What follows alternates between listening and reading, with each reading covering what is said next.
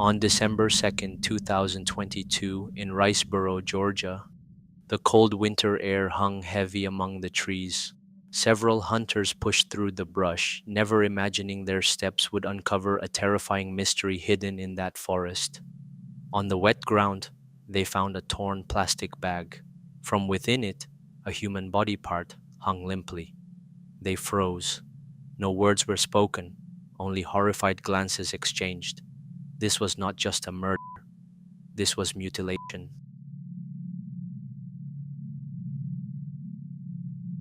When the police arrived, the horror intensified.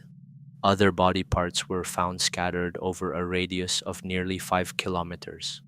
A gruesome puzzle seemingly deliberately left behind. It didn't take long for the police to uncover the victim's identity. Mindi Mebane Kassotis, a writer, entrepreneur, and wife of Nicholas Kassotis, a former elite U.S. Navy officer. Who is Nicholas Kassotis?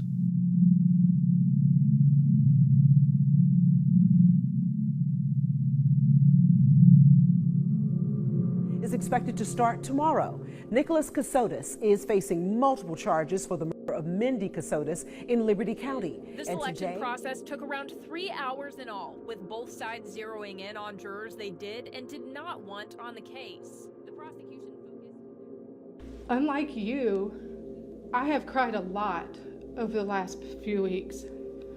My thoughts, anxiety, and emotions have been a roller coaster.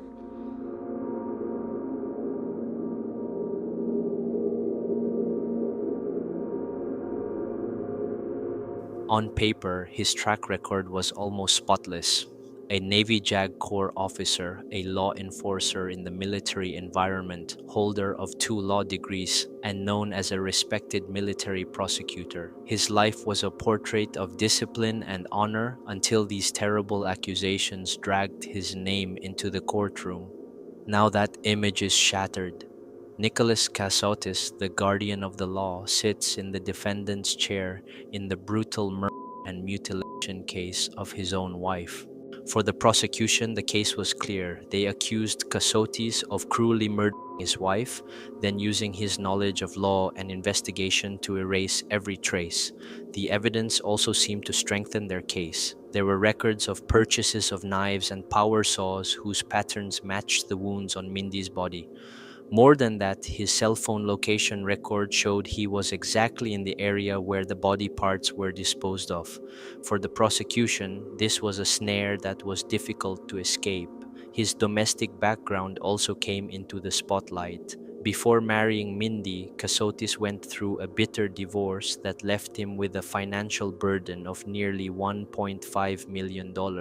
According to the prosecution, this pressure was the spark that ignited the tragedy. Months after Mindy's death, Kassotis married another woman. This step was seen by the prosecution as an attempt to start a new life while burying a bloody past. His other behaviors were also highly suspicious. He lived under many aliases and often moved from place to place, as if on the run. For the prosecution, all of this was a maneuver to avoid capture. But on the other side of the courtroom, the defense offered a completely different story. They admitted Kassotis' life was full of secrets, but not to cover up a murder. According to them, it was a secret for survival. It all started with one mysterious name, Jim McIntyre.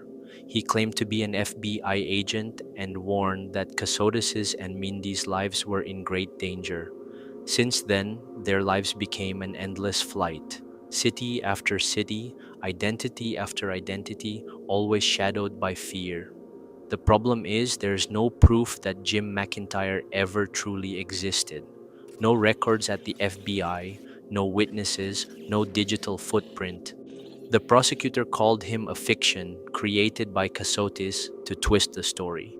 But the defense insisted the threat was real, and that was why Kassotis lived like a fugitive. The trial became a clash of two opposing narratives between the physical evidence and digital traces from the prosecution against the story of an invisible threat from the defense.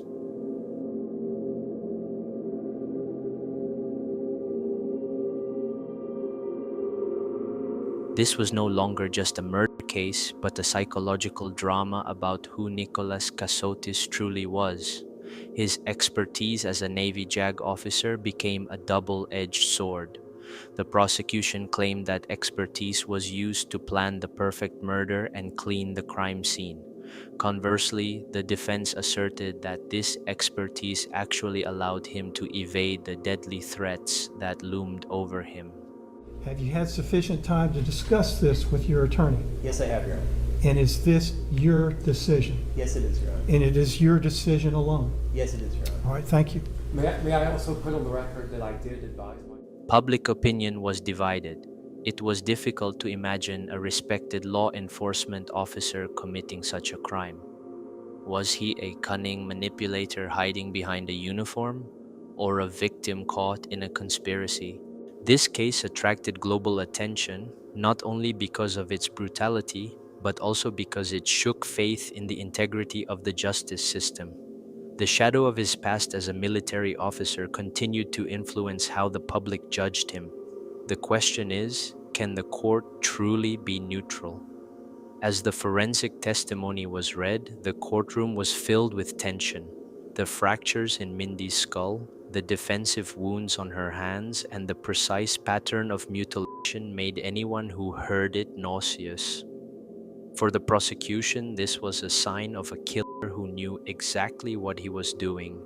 The defense did not deny the brutality, but refused to link it to Kassotis. Day by day, the trial turned into a public spectacle. Mystery, tragedy, and legal drama combined before the jury. But for the victim's family, every detail revealed only deepened the wound. For Kassotis, this was his last battle, not on the battlefield, but in the courtroom, before 12 jurors who held his future.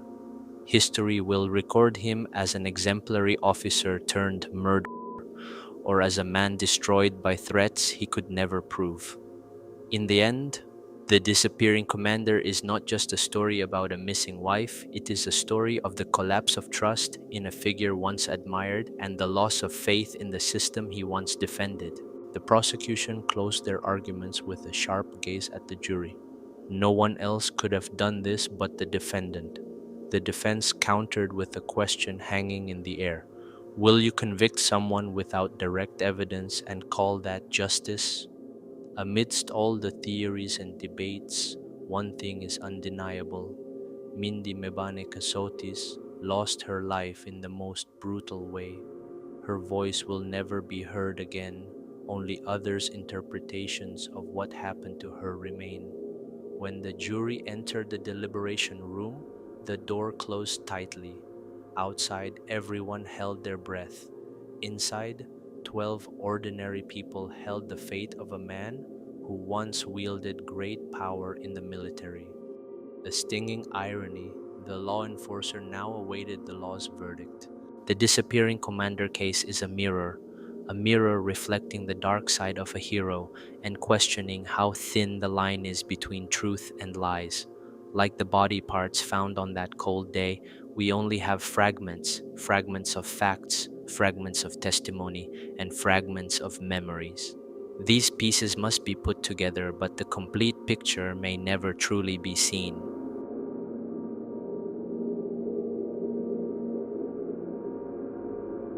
Whatever the final court ruling, one mystery will always linger.